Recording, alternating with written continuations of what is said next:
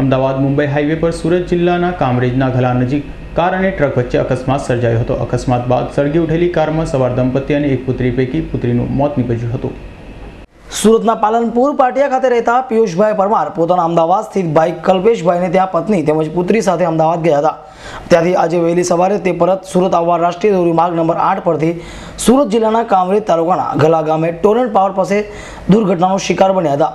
સામેથી ટ્રકના ચાલક અચાનક ટ્રકનો તારણ મારી દેતા પોતાની એસન્ટ કાર ટ્રક સાથે અથડાઈ હતી। અકસ્માત થતાં જ કાર ડીઝલ ટેન્ક ફાટતા કાર સળગી ઉઠી હતી।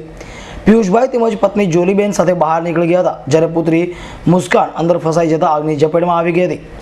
આશરે બે વાગ્યા ઘલા પાટિયા પાસે અમદાવાદથી સુરત તરફ આવતા નેશનલ હાઈવે નંબર 8 પાસે એક ટ્રક પૂર ઝડપે જઈ રહી હતી, જે અચાનક જમણી તરફ ડ્રાઈવરે વાળી લેતા તેની બાજુમાં ચાલતી એશન્ટ કાર ટ્રકના ડીઝલ ટેન્કમાં અથડાઈ જવાથી અને આગ લાગેલ છે।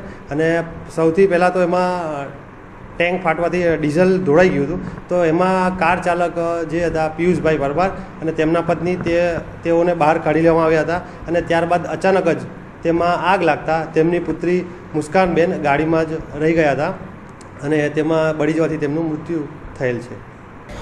અકસ્માત દરમિયાન દંપતી થોડે અંશે દાઝી જતા તેમને તાત્કાલિક સુરતની ખાનગીમાં ખસેડવામાં આવ્યા હતા।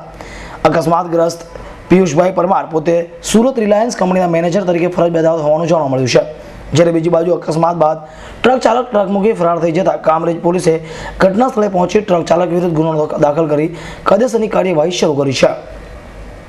Indramal Shah, S9 news, Kamrej.